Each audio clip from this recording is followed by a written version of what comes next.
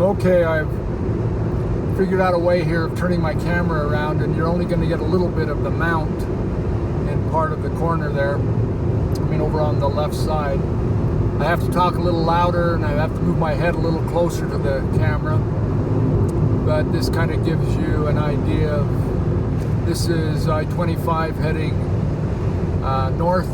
I'm actually headed towards Denver here, but I'll be getting off in Las Vegas. Gives you an idea of the countryside here. I remember, hearing that Utah has so much diversity in its landscapes and stuff, and it does. It has, wonderful things. The parks and arches and everything are just beautiful. But I'm realizing that the whole world's beautiful, and that every state has its cultural and physical landscapes. And New Mexico has caught my attention, and I really like it.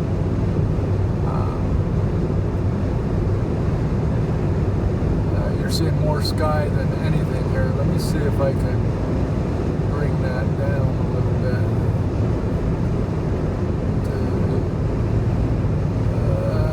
Okay, let's see. That kind of works better, doesn't it? Anyway, the sky was probably about the same where you are at this point in time.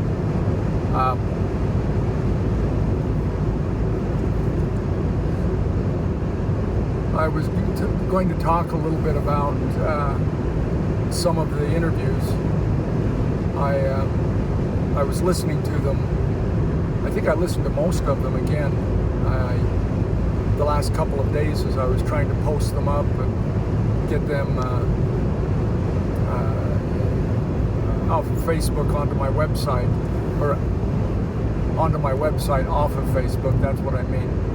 Because they're still on not on Facebook, but on YouTube, and I think that they're pretty good. They're really good. I'm so excited to see what else is coming up, and other questions that will be asked and answered as we move forward with the project. I look back at Jay's. I go back farther than that. I look at Lexi's, and I look at Brother Conrad's, and the sincerity with which people are speaking. What I've found is, I spoke about the different pieces that we have, and I'm finding that the people that I may not even agree with politically or whatever, those guys have some of my biggest pieces.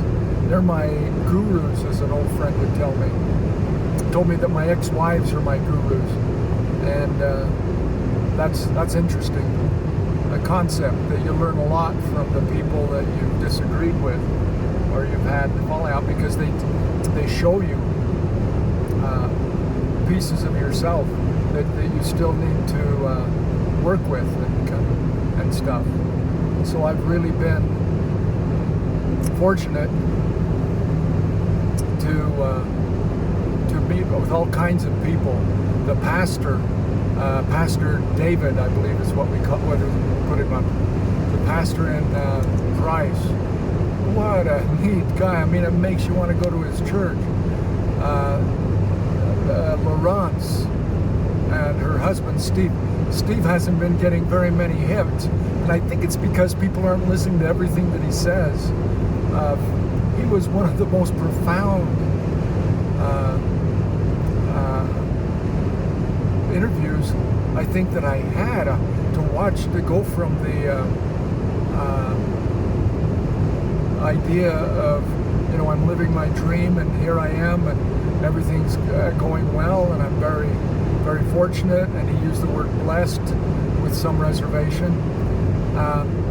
And then I think, well, for me it was, I don't know what it was for him, but for me it was like there was this discovery that as we do things that we love to do, or that we want to do, that we're actually being kind of present in the moment doing those things.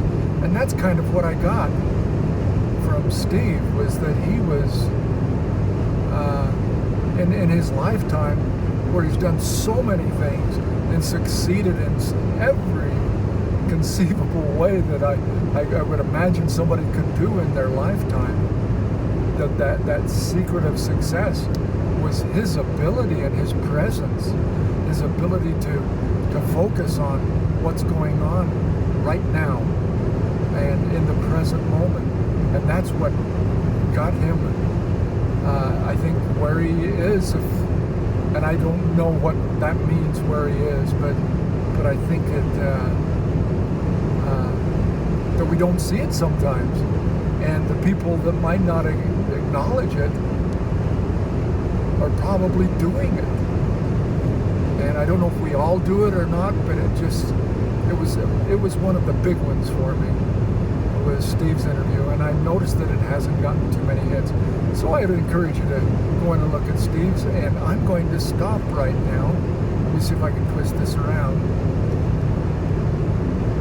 Is it going to twist on me? Twist, change directions. Where am I? Okay, well, never mind.